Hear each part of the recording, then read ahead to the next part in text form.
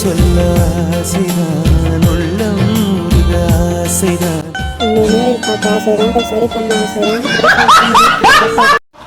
என் ஸ்கூட்டிக்கு பின்னாடி எழுத ஒரு வசனம் வேணும்.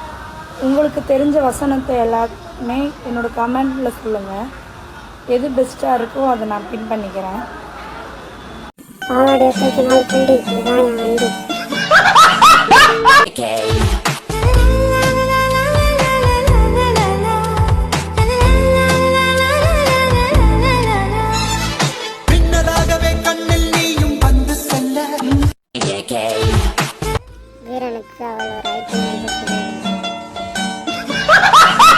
அவங்க வீட்டுல அவங்க என்ன பண்ணாங்க தெரியுமா? அவங்க அக்கா எனக்கு செருப்பாலாச்சு கண்ணத்திலேயே.